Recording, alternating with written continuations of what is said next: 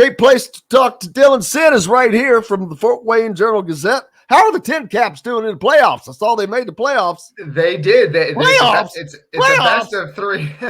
It's a best of three series in the Eastern Division Championship, and they won Game 1 at home on Tuesday. Game 2 is tonight in Midland, Michigan. They have a chance to go to the Midwest League Championship Series. So very excited for that. I will be there in Midland for those games. Dude, I would love to have the money you're making just on mileage. In the break we were talking about, he's going to be at the Indiana game, which fortunately is in Indianapolis, which makes a short drive up to West Lafayette. But the games are separated far enough with the noon game for Indiana and Louisville and a 7:30 tilt for the Boilermakers and Syracuse Orangemen. These both should be good games, but Syracuse is not exactly a bad team. No, they're not. They played a terrific game against Purdue last year that, if everyone remembers, Syracuse won at the very end after kind of a comedy of errors from Purdue in terms of like 5 penalties on one play. The big issue for Syracuse is that their big receiver, Arande Gadsden, quite frankly, one of the best receivers in the ACC. He's very, very good. He left their game against West Michigan last week on the second series of the game and didn't return. And it's unclear whether he's going to be able to play against Purdue. Coach Dino Babers said yesterday that he was still unsure. It was kind of up in the air. So that could be a huge loss for them if he's not able to go. And on the Purdue side, Purdue seems like they might be getting all Big Ten center Gus Hartwig back from his torn ACL that he suffered at the end of last season. Hasn't played yet this year. He's on the depth chart this week. For the first time. He's listed as the first-string center. So that could be a huge boost for the Boilermakers as well. So those are two things that could really swing this game. And so we talked in the break, Dylan, about how we don't know a lot about either team in terms of Purdue. And I would argue probably know a little bit more about Purdue given their opponents. I feel like they're a little bit more Virginia Tech and Fresno State are probably a little bit more comparable, whereas earlier in the show I mentioned on the Indiana side, you go from playing a top 5, top 10 team in Ohio State to you play a really bad FCS team. So they played teams on both. To me, I think the Indiana game was a little bit – I think the Purdue-Syracuse game – I feel like it might be more entertaining, but I feel like we might learn more about Indiana in the Indiana-Louisville game. I could absolutely see that. I think the thing with Purdue, and yeah, we've seen them play against two pretty good opponents so far, but I do think that defense is adjusting as the season goes on. It's going to take a little bit for that Ryan Walters defense to really take hold. And he said as much after that first game against Fresno State. He said it wasn't what he wanted to see on the defensive end. And then after the game against Virginia Tech, they give up 17 points in the second quarter. They go in at halftime. They make some adjustments, and they come out and they shut out Virginia Tech in the second half. They give up 11 rushing yards in that game. I think it was kind of closer to what they want to see on defense, and I think so.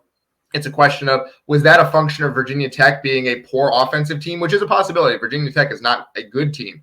Or is it more of Purdue is improving as the season goes on, and we could see even more improvement this week?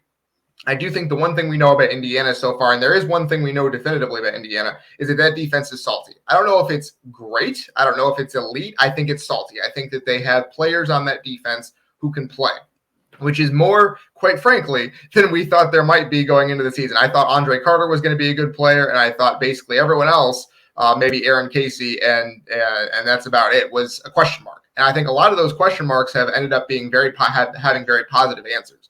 So I think that's one thing we do know about Indiana, but the offense to me is a black box. I don't think we know anything about what this offense can be yet.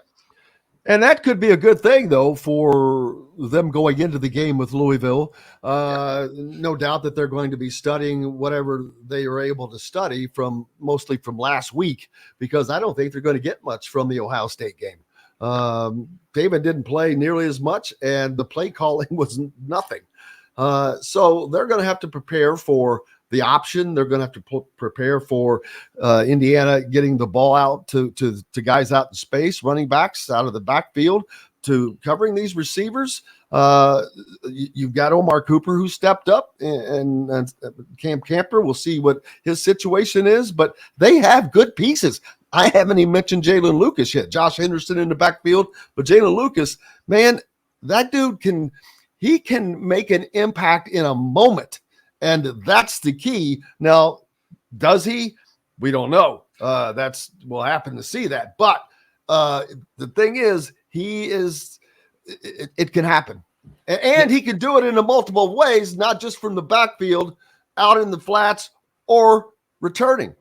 Yeah, absolutely. I mean, and I've said it since before the season started. I think the coaches agree with me. This Indiana team has the skill talent on offense to be a good team. It was a question of whether the offensive line came together and whether the quarterback could be competent, right? I think the offensive line has come together relatively well. I don't think it's perfect, but I think Bob Bostad has done a terrific job in one offseason of getting these guys to just kind of be good enough to keep Indiana in games. It's not, the offensive line is not going to lose Indiana games this year the way it did last year, I don't think. Now, it doesn't mean Indiana is going to win every game, but it means the offensive line is not going to be the reason they lose most weeks. And so that puts it on Taven Jackson, right? Can you be just good enough to get the ball to those guys in space, to make good decisions, to not turn the ball over, and to give your defense a chance to keep you in games? I think he can do that. I think we saw him make some very good throws against Indiana State. He's not the most accurate passer yet. He's a work in progress on that front. He missed some makeable throws, but there's some arm talent there. There's maturity there. There's athleticism there. And I saw a lot of poise. I did too. The first start of his collegiate career, he goes out and leads 3 straight touchdown drives. Now, one of those, Brendan Sorsby helped him with a big game, right? But mostly it was Taven Jackson leading Indiana up and down the field and doing what he needed to do. Now, and the best throw he made should have been a touchdown. I think that was a horrible call on the downfield, the lineman downfield.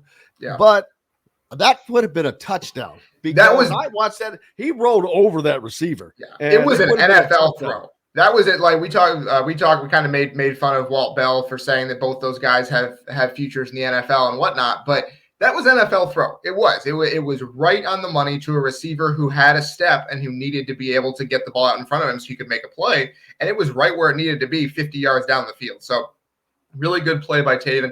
I do worry about Cam Camper. Like you said, he got hurt against Indiana State. EJ Williams got hurt against Indiana State. Those are 2 of Indiana's best receivers.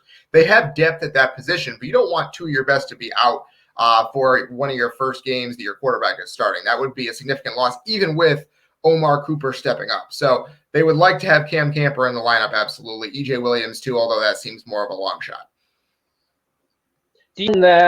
Because what I've noticed through the first 2 games, or at least what I think I've noticed, is that because the offensive line, and I think we'll learn a little bit more. I think it is better than last season. By how much, I don't know yet.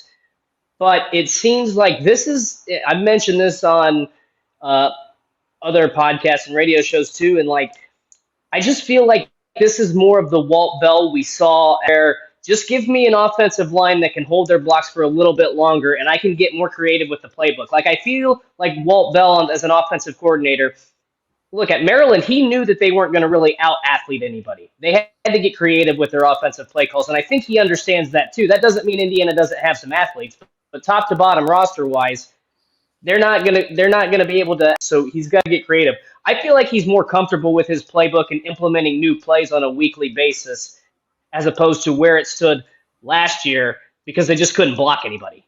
No, I think you're exactly right. I think what we saw against against Ohio State with some of the really conservative play calling was Walt Bell not being sure how it was going to go, right? You think that the offensive line's improved. You bring a new offensive line coach. You get a few guys back from injury. You think it's going to be better, but you're not sure, especially against what, quite frankly, might be the best or second best defensive front in the country. There is a lot of talent on that Ohio State defensive line. And so he wasn't sure how it was going to go. Now, his mistake against Ohio State was once he realized that the line wasn't a complete sieve, that they were holding up well enough, he didn't get aggressive, right? He didn't try some things that he even admitted it himself. He played pitter-pat for too long. He did. In the second half, there were chances for Indiana to go down and maybe make that a game. You score once, you get within 17-10 or something like that, and you feel like you're in a game.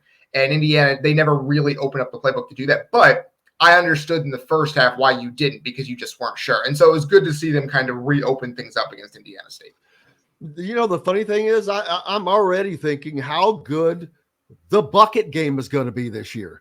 Yeah. Because normally that's not something that I think about, especially this early, but I'm like, man, these teams are kind of at the same place in different ways, but at the same place. And I'm like, man, it is going to be wild. They may be at the same place at the end of the season, and it could be a freaking free-for-all. It's starting to feel like in the first 2 years that Tom Allen and Jeff Brom were on the job together, 2017 and 2018, both of those teams went into the bowl game 5-6, and the winner went to a bowl game. Now Purdue won both of those, but they were close both years. It's starting to feel like one of those years where the winner of that game gets bowl eligible. That seems like where we're headed.